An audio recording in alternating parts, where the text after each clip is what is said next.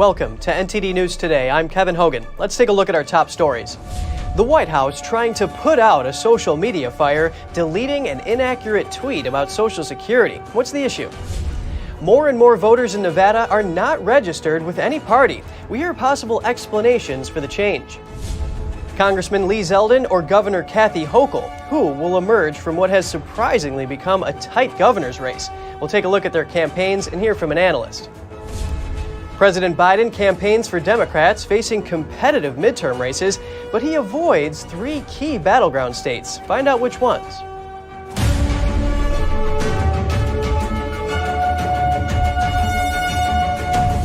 An update on the alleged attacker of Paul Pelosi, the husband of the Speaker of the House. Officials today confirmed that he is an illegal immigrant from Canada. David DePape's lawyer also indicated as much when discussing bail. He said DePape would be handed over to federal immigration officials even if he were granted bail.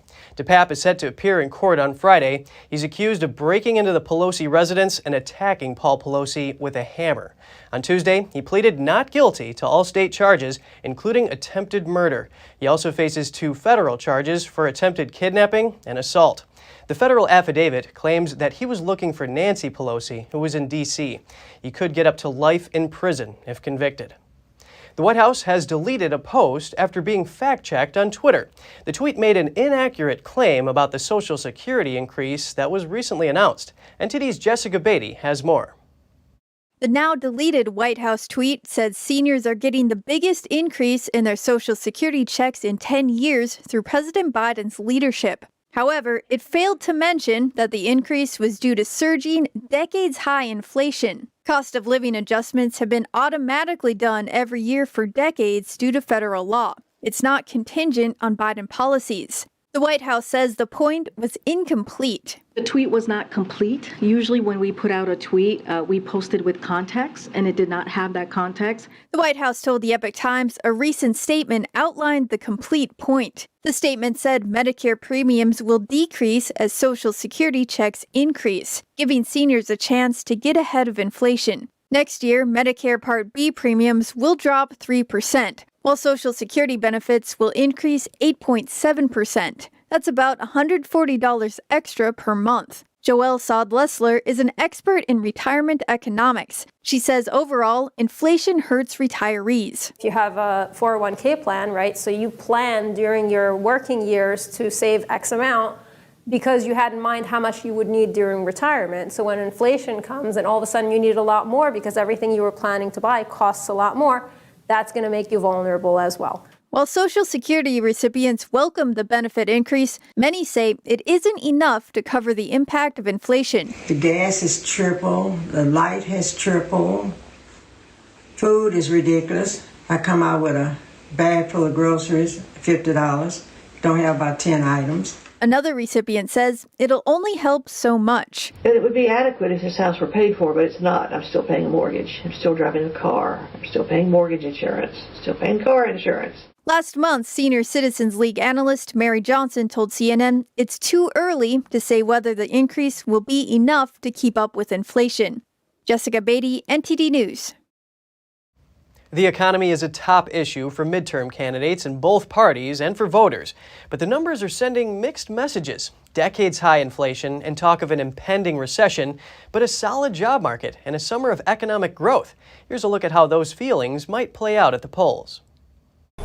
Restaurant owners like Teresa Razzo feel every shift in the economy, from labor to the supply chain to consumer confidence. Inflation and prices and shortage of staff just is killing businesses, and it's really hard to pass on all that to the customers. She and her husband operate 2 restaurants and a market in Orange County, California. They've been in the business for 17 years, weathered the COVID-19 pandemic, and wonder what's really next. Then you read, like, yeah, there's a recession coming next year. And then you read, no, we are already in the recession. Then you read another one, no, it's the beginning of it. So Where are we? How bad is it going to be? The U.S. economy grew at a stronger than expected 2.6% annualized rate during the summer months.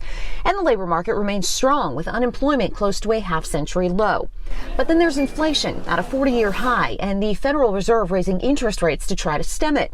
Some of the top names on Wall Street forecast a recession in 2023. The constant, sometimes confusing headlines have the issue top of mind for voters across the country, and especially in some key midterm states like Michigan, Wisconsin, and Pennsylvania with its crucial U.S. Senate race. It's the economy. I run a business here in town, so we're kind of preparing for, going into a slight recession or going into a recession at the beginning of next year. So anything that helps us, start building our GDP and, getting things going in the right direction is where I'll be voting. In Atlanta, Roy Pankey's work as a realtor is tied directly to how people feel about spending. People right now, from most of the conversations I have had, are pretty nervous. Back in Southern California, Teresa Razzo says she'll keep going with the flow. And when you're a small business, you just have to have that grind and that grit for it. No matter what the elections or economy bring next. The cost of living crisis is hitting everywhere. Children's sports activities are no exception. The onslaught of inflation has added a costly wrinkle to ballparks, swimming pools, and dance studios across the U.S., forcing many parents to scale back and keep costs down. NTD's Cost M&S tells us more. Recent studies prior to inflation suggest families spend around $700 a year on kids' sports, the biggest portion being travel and equipment. Since inflation hit, many households had to find creative ways to keep costs down. For families like Rachel Kennedy's, this is proving to be a big challenge. We went from paying, like $30 to like $60, $75 for a glove that he's going to outgrow in a season. Rising gas prices meant the family had to cut back on travel for weekend games and tournaments. Kennedy said she is lucky to have a supportive family, including grandparents who help with the cost of Liam's baseball. But some things had to go. Still, Liam loves baseball, and sitting it out altogether wasn't a real choice. I try to make sure that he understands it's not his responsibility. It's not his fault that we are in this position. This is the way the chips fell and this is what it is. But we're doing everything we can to make sure that he has what he needs to play the game. The annual inflation rate for the 12 months ending in September was 8.2%. At stake is the future of a youth sports industry that generated an estimated $20 billion in 2020. Cost M&S, NTD News. Like everything else lately, Thanksgiving is getting more expensive. Market research firm IRI predicts this year's meal could be about 13.5% more costly than last year. The company compared retail prices for some Thanksgiving foods like turkey and other meat, baking essentials, beverages, and side dishes. Promotions in the coming weeks could help lower the cost, but IRI doesn't expect that to sway prices too heavily. Shoppers are probably aware they might have to shell out more for holiday food, given how high grocery prices have been lately.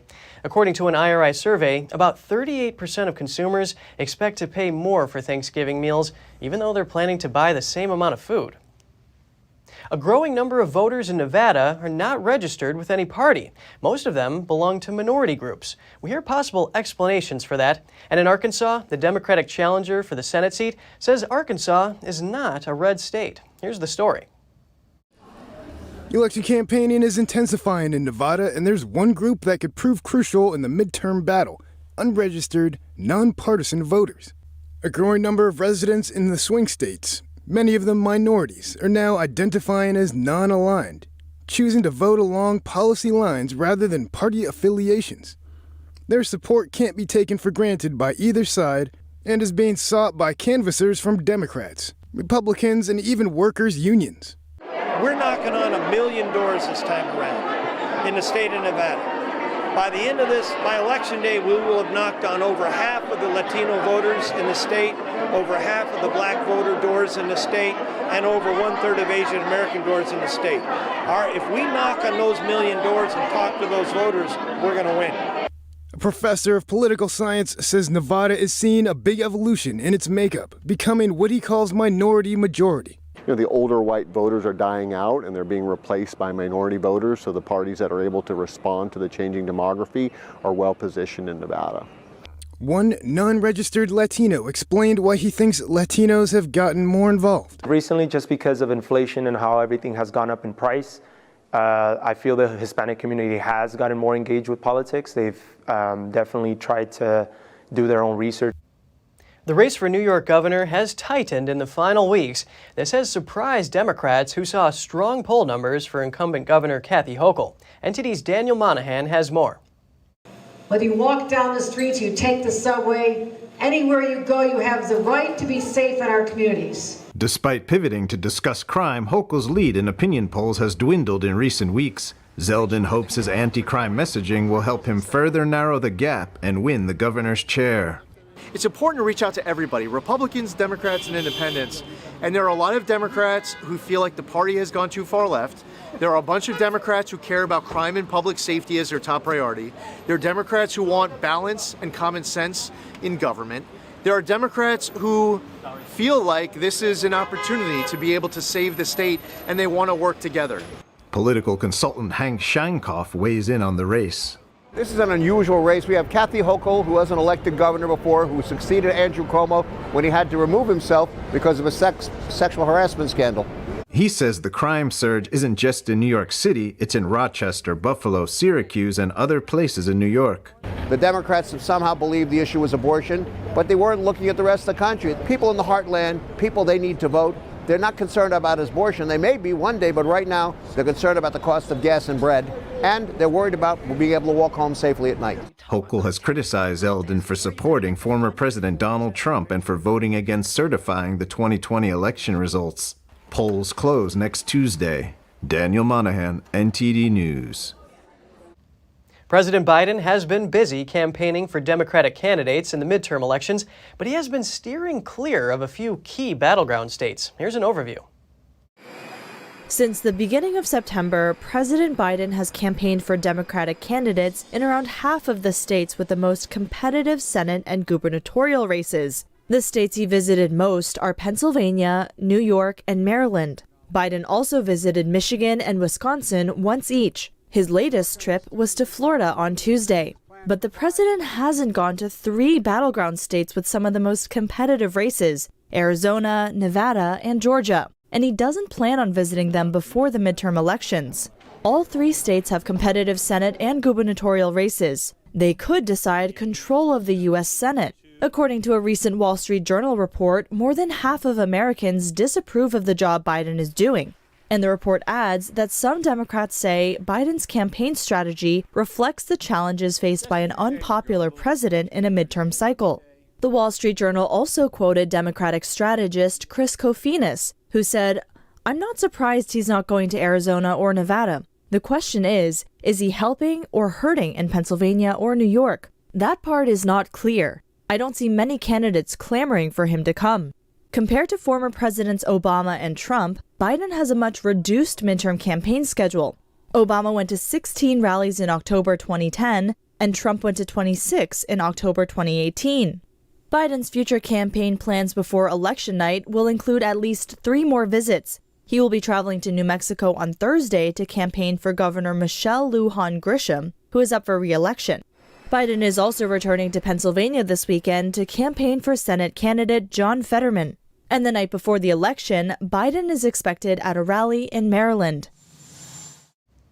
The White House says President Biden's top advisors are making plans for a 2024 re-election bid, even though Biden hasn't yet decided whether to throw his hat into the ring again. At 79, he's the oldest president in American history. He said late last month he intends to run, but has not formally made a decision. Wednesday, a White House senior advisor said planning for potential campaign is already underway. She reiterated Biden will make the decision in close consultation with his family, as he has in the past. And more election news, a Wisconsin judge rules that absentee ballots must contain full addresses. A group hoped to change the rules to allow local election clerks to accept ballots with partial addresses. The judge said in his ruling that Wisconsin has counted absentee ballots for 56 years, and during that time, there hasn't been a legally binding definition of an address. He said his ruling is based on what he has worked and practiced for nearly 6 decades. According to guidance from the Wisconsin Elections Commission, an address is defined as 3 parts: a street number, street name, and municipality. A new poll shows a political shift among a particular subset of the electorate. We zoom in on the who, what, and why with our next guest. Joining us now is Dr. Carol Swain, an award-winning political scientist and former tenured professor at Princeton and Vanderbilt universities. She's also a distinguished senior fellow for constitutional studies with the Texas Public Policy Foundation. It's a pleasure speaking with you, Dr. Swain. Thank you. A new poll by the Wall Street Journal shows that white suburban women are favoring Republicans for Congress by 15 percentage points. That's a 27-point move away from Democrats since the outlet's last poll in August. Why do you think this is happening? One thing, these are highly educated women, and the Democrats miscalculated when they thought they would naturally get the women's vote, the educated vote, because of abortion. I think these women are concerned about the aggressive CRT transgender agenda in the public schools. They don't like biological males competing against our daughters and seizing opportunities of young women. They're concerned about inflation and the economy, and they're not stupid.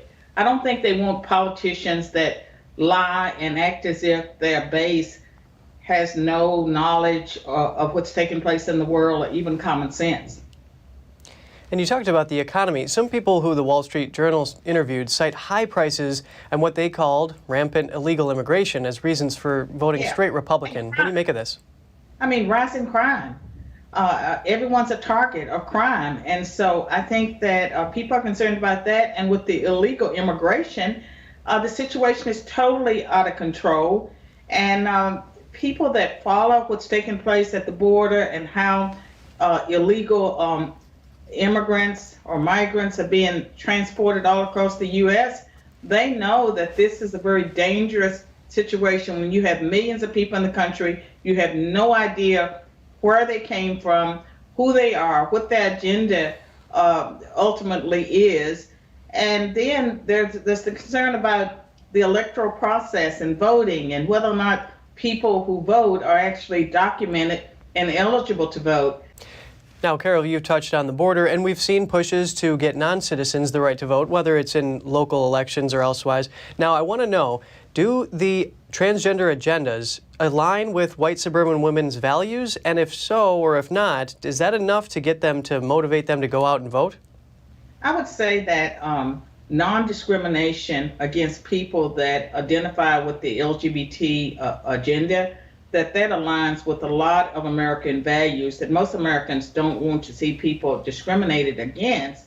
I think the transgender agenda has become so aggressive, and the fact that they've brought it down to K through 12, where they're inviting our children, to question whether or not they're biological male or biological female. They're hiding information from parents. They're secretly helping children begin the process of changing their sex. We know they can't really change their sex, but question their identity. I think that this is affecting many suburban moms, not just white moms, but also other races and ethnicities. And so people are rightly coming together to push back against that. So it's everything the Democratic Party stands for is so far left, so outrageous, that I believe that people who are intelligent will increasingly move away from that party. And those people that are loyal to it, if they care about the Democratic Party, they need to seize control, because right now their party is controlled by leftist, Marxist-leaning activists who have no interest in America or the American way of life. And these are all very important issues, and we'll see how this shakes out in the midterms. Dr. Carol Swain, award-winning political scientist, thank you so much for your time. Thank you. Coming up, the New York Attorney General's office says it has secured over $500 million from Teva Pharmaceuticals and affiliates for its role in the opioid crisis. Get the details right here on NTD News.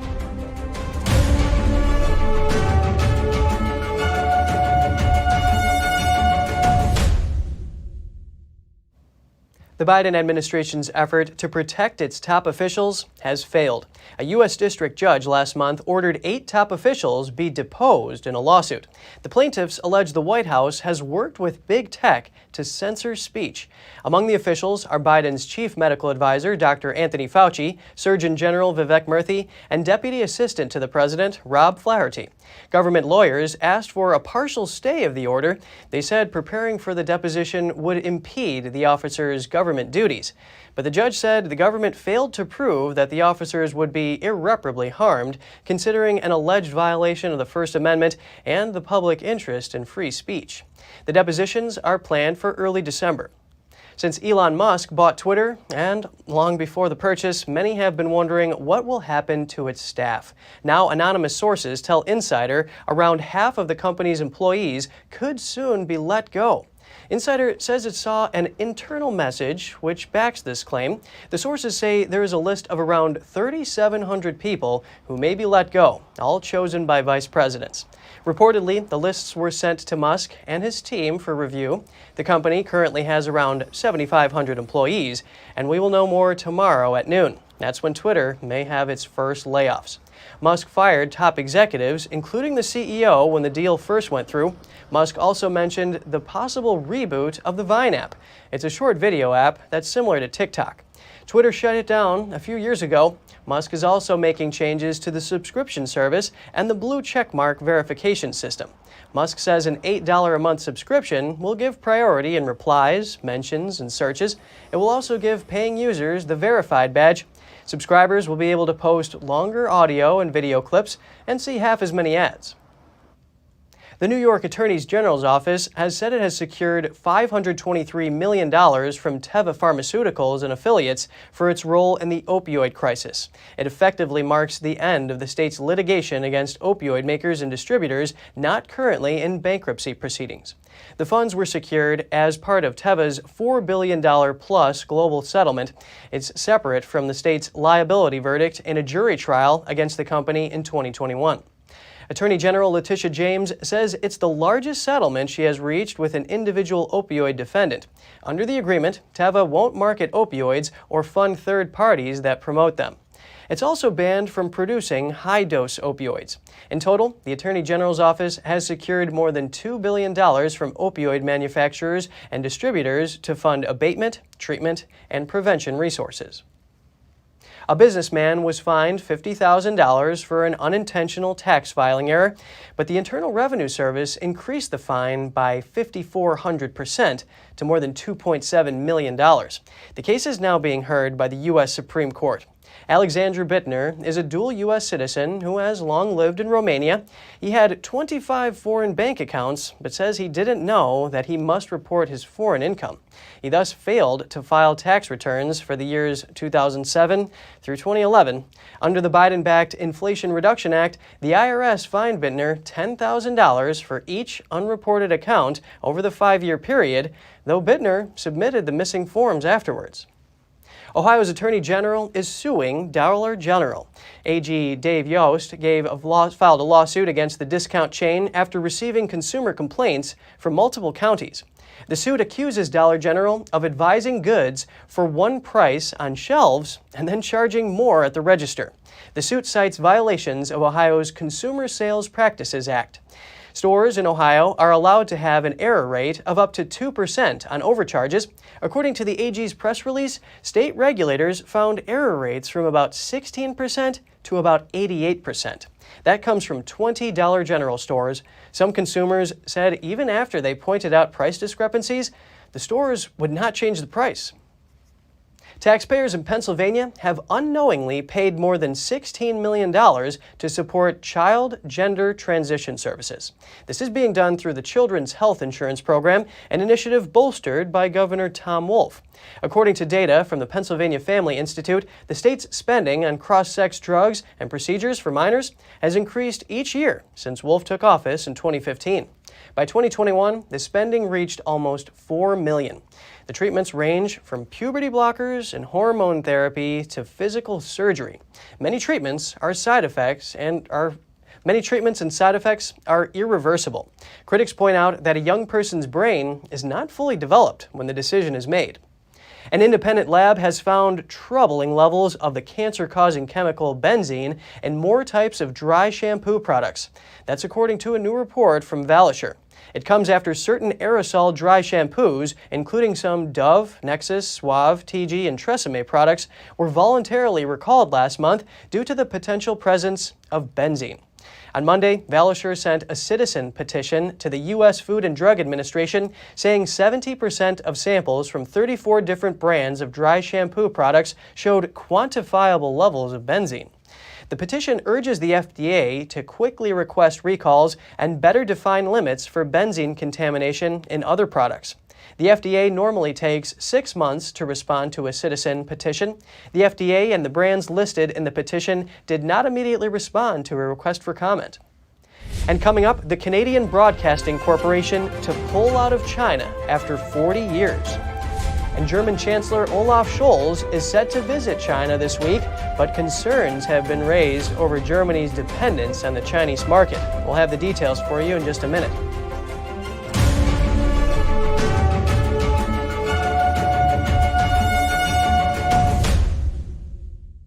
A fierce battle. I stand here as the establishment is scared to death of us right now. Democrats who voted for our future, not Republicans who refuse to see the future. The House and Senate on the line. Massive, crushing inflation. I know what people are going through. The country at a turning point. This is the largest governmental overreach in the history of our lifetime. And on abortion, I'm a Christian. It all boils down to a handful of key races. Election night 2022 on NTD Television and the Epoch Times. Welcome to RenBiz.com, the education and career program where parents rule. We replace public schools and universities. We are for ages 6 to 100. Never any big student loans with us. You graduate with a traditional diploma, a university degree, and your own family business. Adults returning to obtain better careers. Parents looking for better academic and career opportunities for their kids.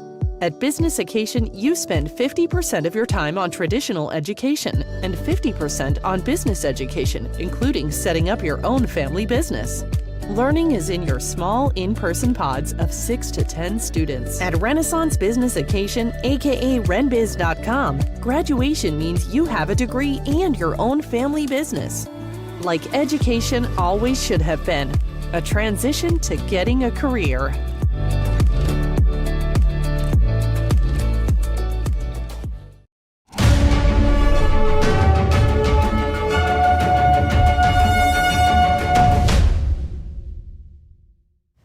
Welcome back. The Canadian Broadcasting Corporation said on Wednesday it was shutting its news bureau in Beijing. This after waiting 2 years in vain for a China work permit for its journalists. The publicly owned news outlet had numerous exchanges with Chinese officials in Canada over the past 2 years about visas, but to no avail. A letter sent in April to China's ambassador to Canada was acknowledged but not followed up upon. The decision comes months after CBC News was forced to shut its Moscow bureau by Russia's foreign ministry.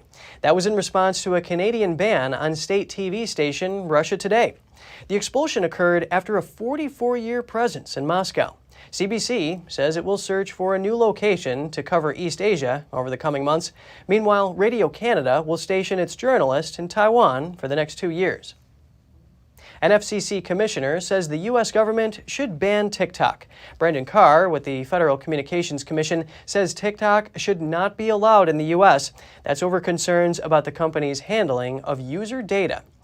There are fears the Chinese regime could try to access the information TikTok has on U.S. citizens who use the social media app. The Committee on Foreign Investment in the U.S. has spent months negotiating a national security agreement to allow TikTok to continue operating in the U.S. But Commissioner Carr says he worries the company will find a way around the deal. Carr concedes that the FCC does not have the regulatory authority that the Federal Trade Commission or other federal agencies hold. TikTok hasn't commented on Carr's statements. Meanwhile, TikTok has informed its European users that staff in China can access their data. The Chinese-owned social video app says it's to keep the platform consistent, enjoyable, and safe, but there have long been concerns about China taking advantage of user information on the platform. The app says the data could be used to test its algorithms, which recommend content to users. The data could also help detect automated accounts. TikTok has previously acknowledged that some user data is accessed by employees of the parent company ByteDance in China. And now we turn to the Indo-Pacific, where Beijing's aggression appears to have Washington and Canberra forging closer links. Australian broadcaster ABC reported the U.S. is to send 6 B-52 bombers to an airbase in Australia. Let's take a look. The B-52 is a long-range heavy bomber capable of delivering nuclear weapon strikes. The U.S. Air Force has been rotating bombers through Australia for years. But sending as many as 6 heavy bombers seems to mark a big increase. It comes as the U.S. and Australia seek to boost military cooperation to counter Beijing's military activity, particularly near Taiwan. An expert says the move is sending a signal to China, warning Beijing not to launch an assault on the island. News of the project riled up Beijing on Monday. Chinese state media accused Australia of becoming an overseas bomber base of the U.S. Australian Prime Minister Anthony Albanese didn't directly respond when asked about the issue. We engage with our friends in the United States alliance. From time to time, there are visits, of course, to Australia, and including in Darwin, that has US Marines, of course, on a rotating basis stationed there. Earlier this month, Australia signed a new security deal with Japan. Both countries called for peace across the Taiwan Strait. China's communist leader Xi Jinping had said during the recent Communist Party Congress that he would never rule out the use of force to take over Taiwan. The military bond between America and Japan is ironclad, according to the Pentagon. However, a recent move from the U.S. side worries some. The U.S. may soon maintain a weaker military presence in Japan. But 4 lawmakers are questioning the move that would make it happen. The U.S. Air Force plans to withdraw a number of F-15 fighter jets from the Kadena Air Base in Japan starting this month. The jets are being retired. To take their place, the Air Force is considering whether to deploy more capable aircraft permanently, but the old jets would still be taken out of service without time to replace them. The plan has triggered concerns, mainly that the move would create a void of U.S. military forces in Japan. The Pentagon responded on Tuesday. The U.S. commitment to Japan and regional security and the defense of Japan remains ironclad. Since World War II, Japan isn't legally allowed to have a military, though it does keep a self-defense force. The U.S. is the leading force that defends Japan. The German chancellor is set to make a trip to China tomorrow. He's faced criticism for allowing a Chinese state-run company to buy a share of a major German port. Now, EU leaders are wondering how much Germany is willing to confront its dependence on China. This report comes from NTD's France correspondent David Vives. He is said to become the first G7 leader to shake hands with Xi Jinping since the start of the COVID pandemic. German Chancellor Olaf Scholz will make an inaugural trip to China this Friday, accompanied by a delegation of business leaders. China has been Germany's single biggest trade partner for years, as China's demand for German cars and machinery has fueled its growth over the past 2 decades. EU leaders will be closely watching for clues on how serious Berlin is about reducing its economic reliance on China and on confronting its communist leadership over human rights. It comes after Germany's BASF announced it would cut the size of its European sites permanently and instead expand in China. The world's largest multinational chemical company cited a triple burden of sluggish growth, high energy costs, and over-regulation in Europe. According to Poland and Belgium-based professor and senior analyst David Engels, the German Chancellor's move shows the tensions over energy prices in Europe and the tensions with other countries over regulating these prices. The German government is currently heavily subsidizing its own energy sector, especially the price of gas in Germany. They want to help the German consumer as much as possible, not to have to pay too much. That's the price of the war in Ukraine. Now we know that this was going to create quite serious tensions with France. We can see here a kind of doublespeak, which is obviously also expressed in connection with the links with China. EU Commissioner Thierry Breton said this week that European governments and companies must realize China is a rival to the EU and they should not be naive whenever they approve Chinese investment. Breton warns of China gaining influence over critical infrastructure. 1 week ago, the German government approved the sale of a stake in Germany's largest port to a Chinese state-run shipping company. Engels says the pandemic has exposed Europe's dependency to China. Les institutions européennes s'en rendent compte. The European Union realized this at the time of the COVID crisis, of all its dependencies at the medical level, at the level of the various supply chains across the continent and overseas. In short, the crisis of the last few years has really shown things that many commentators have been pointing out for years, even decades.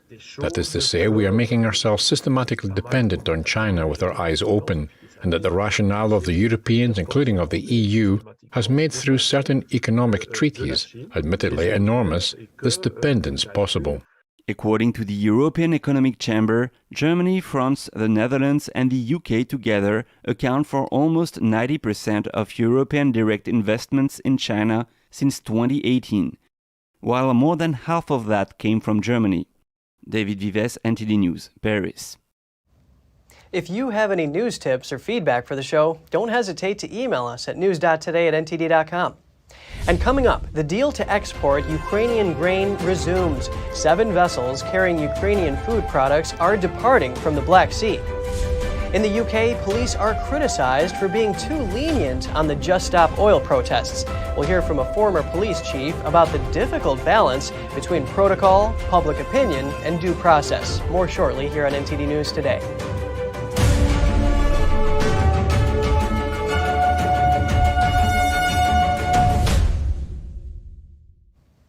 Zooming in on the war in Ukraine, the country has resumed exports of its grain products. 7 ships carrying agricultural products left Ukrainian Black Sea ports today. The vessels were loaded with roughly 320,000 tons of food products and were headed toward European and Asian countries. This comes a day after the Black Sea Grains Initiative resumed.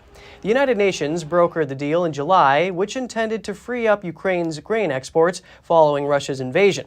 Last Saturday, Russia suspended participation in the deal. The country said their vessels in the Black Sea fleet were attacked. Russia resumed its participation on Wednesday, saying it received guarantees from Ukraine that it would not use the Black Sea grain corridor for military operations. Today, the Bank of England raised interest rates by the most since 1989, but it also warned that Britain faced a long recession and told investors borrowing costs were likely to go up by less than they expect. Today, we've increased bank rate by 0.75 percentage points to 3%. This is the 8th consecutive increase in bank rate since December of last year.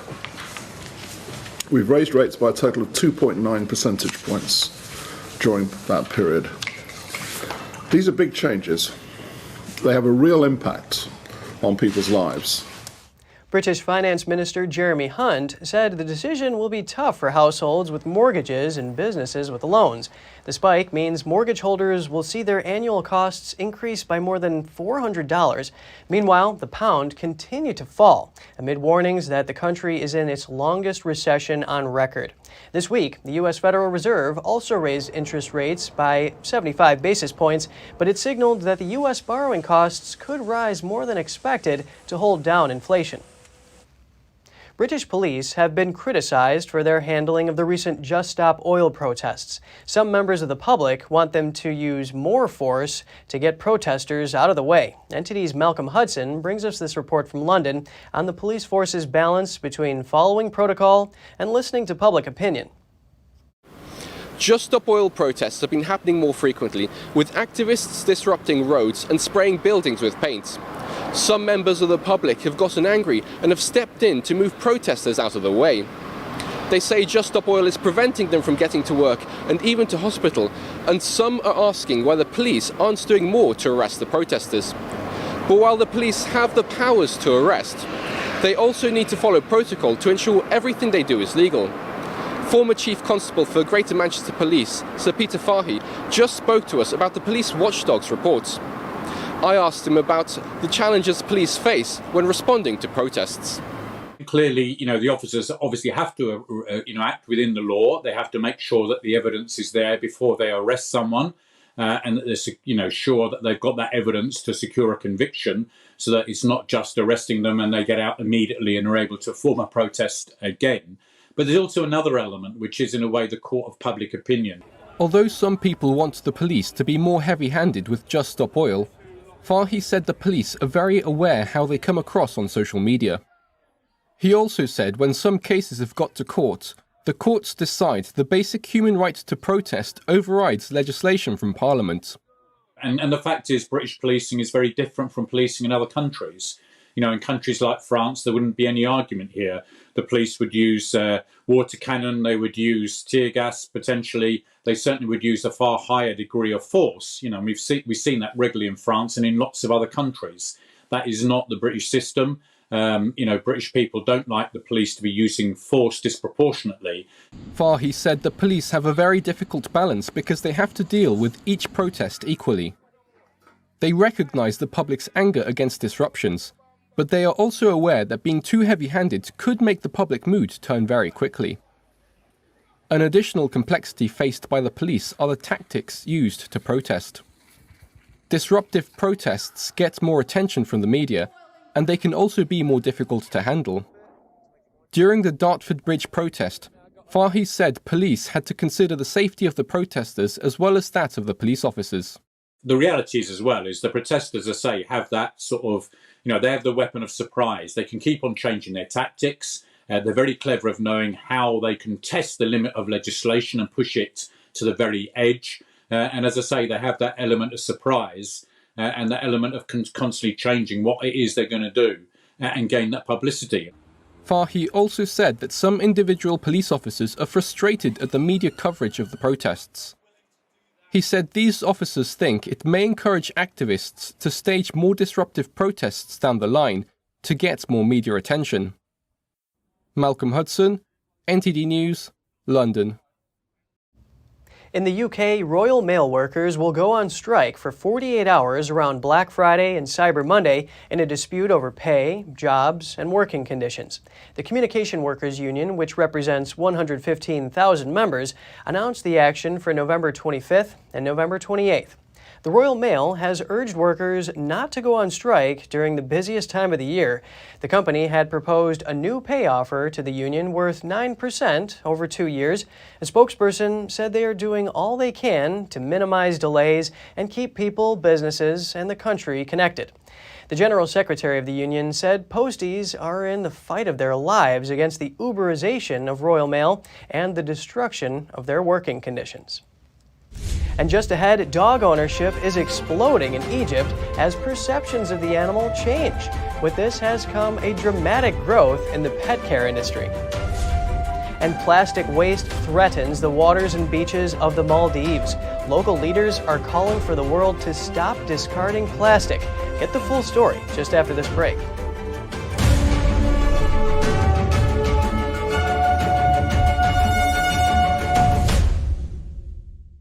As Americans, it seems like other people have been telling us what to do, how to live, and how to think. But that's not how we founded the greatest nation on earth. During times of powerlessness, we found power. And we found power through taking action. Through action, we find solutions. And through solutions, we find freedom. The supply shortage has made it harder than ever to keep your shooting skills sharp at the range.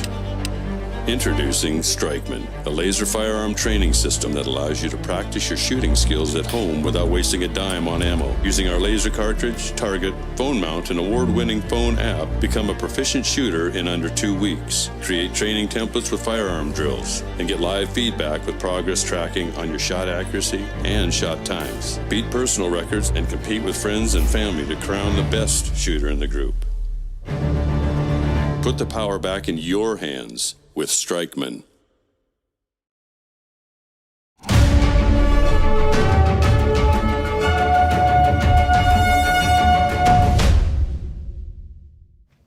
Good to have you back with us. The government in El Salvador is destroying the graves of alleged gang members.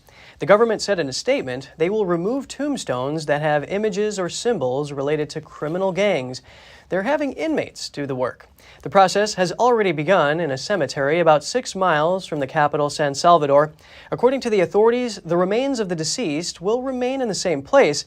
However, associators will no longer be able to place a message or image related to the gangs. The initiative is especially focused on removing signs of MS-13, which is said to be one of the most violent gangs in the world. Dog ownership in Egypt is exploding, and it's driving major growth in the pet care industry. Traditionally, dogs were considered unclean in cultures of the Arab world, but that perspective is changing. Let's take a look. Mariam Raimi of Cairo is the owner of 2 dogs, a female Pekingese and a male mix. Devoted to her career, she relies on a house call veterinary service to care for her pets. For someone like me who works long hours, it's good to have a service like vet work in Egypt. I always need an easy and quick way to find a trustworthy vet who can examine my pets at home, in their own territory. I also need someone to remind me of their vaccination dates and any pet care needs. Veterinarian Fadi Azuni launched Vet Work in 2019, a time when pet ownership began to rise amid the pandemic. The company features high-quality medical services catering to around 38,000 pets across Egypt, Saudi Arabia, and the United Arab Emirates. I am a vet myself, and I have owned pets. I have experienced the pain felt by vets who cannot reach new customers, and the pain felt by pet parents who struggle to find a good vet. Even if they find one, they are not always sure of their competence. But through the VetWork platform, pet owners are immediately connected to up to 400 competent vets. Other burgeoning pet care brands offer grooming services or sell imported pet food and accessories. Among them is Ziggy Pups, with 2 flagship stores located in Cairo's affluent suburbs. There's usually a balance in terms of the number of customers with dogs and those with cats. But lately, more dog owners come up to us, and this is normal because dogs usually need more care and cleaning. Dog ownership has only become popular in Egypt over the last decade. Dogs are considered unclean in mainstream Islam and should not be owned as companions. Muslims are only allowed to keep dogs for 2 specific reasons: guarding or hunting. However, some well-respected religious scholars are changing that perspective. And experts say the latest dog fever marks a cultural shift in the Arab world. Pet ownership, especially pets of rare breeds, is a sign of a growing social segmentation. It reflects the desire of rich Egyptians to stress their social identity and stand out from the rest of the people by imitating certain Western lifestyles that are not common in Egypt. According to the Egyptian Kennel Association, the number of registered dog owners jumped from 2,000 in 2016 to over 860,000 in 2019. This has made the country one of the fastest growing pet markets in the world. Community leaders in the Maldives are calling for the world to stop using single-use plastics. The discarded waste often ends up on their beaches. NTD's Andrew Thomas has more on the issue. The Maldives is often viewed as an idyllic island paradise, but plastic waste is ruining its picturesque beaches. One island's mayor, Ismail Rafiq, wants to see an end to the pollution. Wherever in the world you live, please, stop producing plastic, stop throwing away waste, and be a responsible citizen. Adopt a green lifestyle. The environment, if we treat the environment badly, it will come back to haunt us. The mayor is also concerned about microplastics in the fish they eat. A scientific mission called Nekton could provide some answers. If you can help us tell the people that, okay, the water and formula has microplastics, the fish you eat has microplastics, I think then it is very important for us to help the people to change their lifestyle. With the world's oceans largely unexplored, there are many unanswered questions about the damage being done. When organisms at the very base of the food chain consume very small plastic bits, do they stay in the bodies of the organism? Do plastics release certain toxic compounds which then harm the organisms? Do those toxic compounds bioaccumulate as they go up the food chain? Locating the plastic waste is one problem. Removing it is quite another. Big plastic, fairly easy to remove from wherever you see it. When it comes to small particles, which again naked eye cannot see, removing those is literally impossible. So that stuff will be there for the years to come. Across the Maldives, extensive efforts are underway to collect, separate, and recycle plastics. One island community is gradually replacing single-use plastic with glass. If the plastic waste problem isn't resolved, these waters might one day be too dirty to swim in. Andrew Thomas, NTD News. Still to come, an American piano dealer unknowingly buys an instrument with bite marks in the wood. It turns out the piano is a valuable piece of history. Find out why here on NTD News.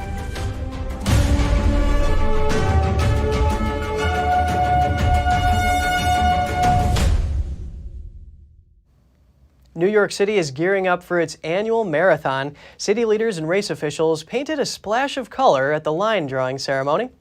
Along with city agencies and the marathon sponsor, officials painted mini lines with 4 different colors at the finish line.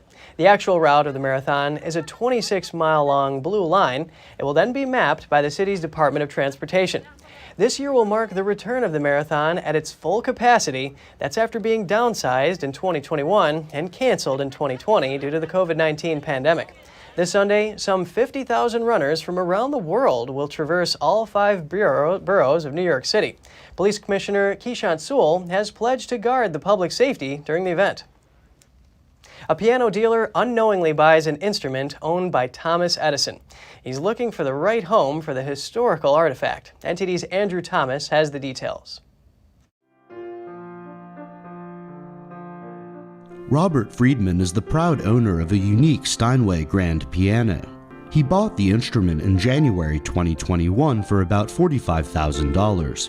At first, he didn't notice that the piano had distinctive marks. His friend, a musician and history enthusiast, recognized the indentations. Ronnie and I were in our living room when he came in first to tune the piano, and he looked down at the piano and he said, "Oh, those are Edison's bite marks." And I said, "What do you mean?" Thomas Edison bought the Model B ebony from Steinway & Sons in 1890 for $725. Edison had hearing loss and would lean in close to the piano as someone played, and he'd bite the instrument too. My wife came over and looked at it. She is a retired dental hygienist, and she looked at it and she looked all around. She goes, "Yes, those are definitely incisor marks." Pressing his teeth into the wood helped Edison experience the vibrations in his skull, or in his own words, hear through his teeth. You can see it's all ravaged in here, where he actually had bit the piano and the finish is torn away and the wood is torn away here. Edison invented the phonograph in 1877. When he bought the piano 13 years later, he was experimenting with sound recording. Without possibly this piano, he would have not been able to hear what he was designing as far as recording equipment goes. Friedman has yet to find an appropriate historical site to buy the piano. He is offering the same price he bought it for. Andrew Thomas, NTD News. A rare pink diamond that weighs 18.18 carats will be up for auction next Tuesday. The auction house expects it to fetch between $25 million to $35 million. It is the largest pear-shaped vivid pink diamond ever to be offered at auction, and it's estimated at 25 to 35 million Swiss francs, and it's something we expect to do incredibly well on the day of the sale. It is called the Fortune Pink Diamond. It has a true vivid pink and a clean stone. An 18 is considered a fortuitous number by Asian collectors. Christie says they've had a huge amount of interest around the world already. The auction house notes that pink diamonds are among the rarest of all gems. Only a handful of vivid pink diamonds over 10 carats have ever been offered at auction. The largest vivid pink diamond sold at Christie's was the 18.96 carat Winston Pink Legacy. It fetched $50 million in 2018 and set a world record price per carat for a pink diamond sold at auction. That's all for today's program. We're really glad to have you with us. Please send us an email if you'd like to tell us something. We're going to put it on screen. For podcasters, that's news.today@ntd.com. I'm Kevin Hogan, NTD News, New York City.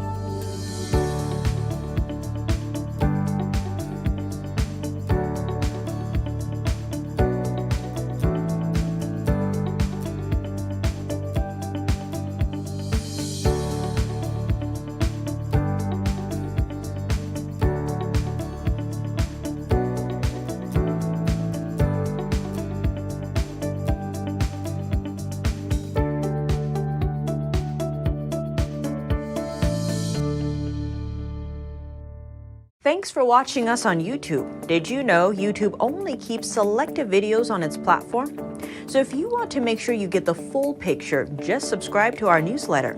Go to newsletter.ntd.com and sign up. It's free. Years younger instantly. We have big news. At Luminous, we've taken our airbrush and now made it so easy for every day. Introducing Breeze, our all-new cordless handheld 2-in-1 airbrush system that applies makeup and skincare faster and easier than anything you've ever tried before. Putting the drops in. Just hit the button real simple. So easy. It knows exactly where it needs to blend and where it needs to go. The makeup you're using can look dry and cakey and can make your skin look rough. But with Breeze, you can go from this to this. The secret is how our premium foundations blend onto the skin with an ultra-fine mist using the power of air. Very little foundation is needed, up to 10 times less makeup compared to what you're using. But you're also getting 3 times more coverage at the same time. That's maximum coverage using less makeup. It's clear. Traditional makeup can make you look older, while Breeze is specially designed for maturing skin, helping it to look smooth and so much younger. It's your anti-aging, moisturizing primer, concealer, and foundation.